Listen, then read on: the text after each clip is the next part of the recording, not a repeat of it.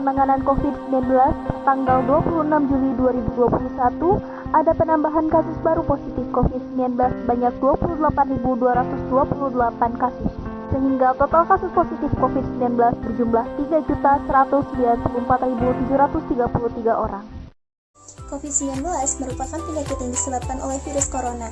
Virus tersebut sudah menyebar di wilayah Indonesia sejak awal bulan Maret 2020, dan WHO atau Badan Kesehatan Dunia secara resmi mendeklarasikan virus corona atau COVID-19 sebagai pandemi pada tanggal 9 Maret 2020. Pandemi COVID-19 menyebabkan perubahan yang sangat drastis di berbagai sektor termasuk sektor pendidikan.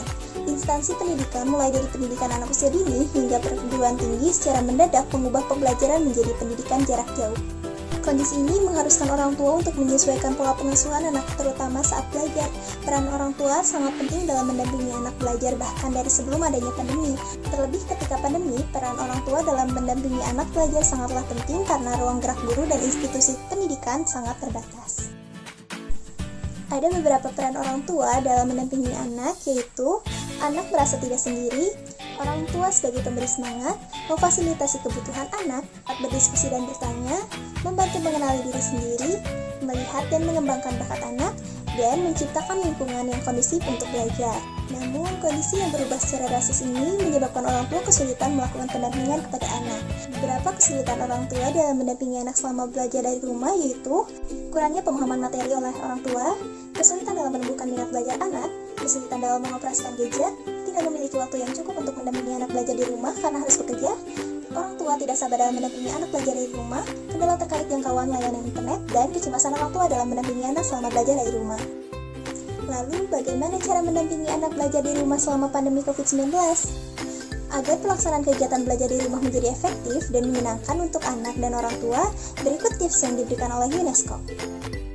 Pertama, buat rutinitas harian secara terstruktur.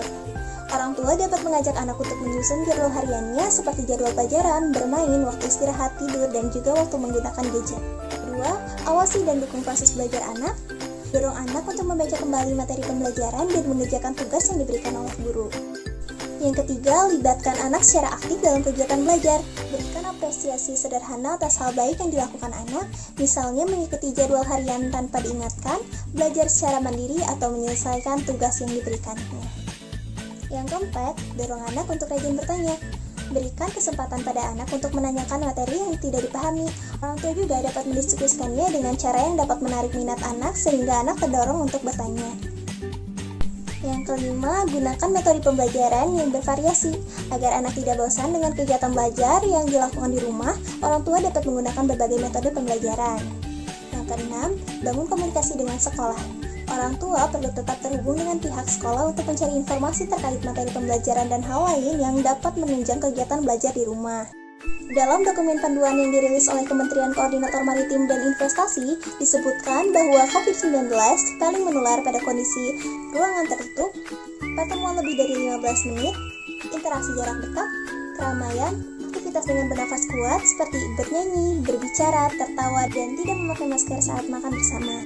Oleh karena itu, untuk mencegah penularan COVID-19, kita dapat menerapkan protokol kesehatan. Di negara kita, protokol kesehatan ini dikenal dengan sebutan 5M.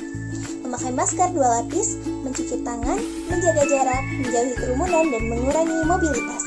Mari bersama-sama mencegah penularan COVID-19 dengan selalu menerapkan protokol kesehatan.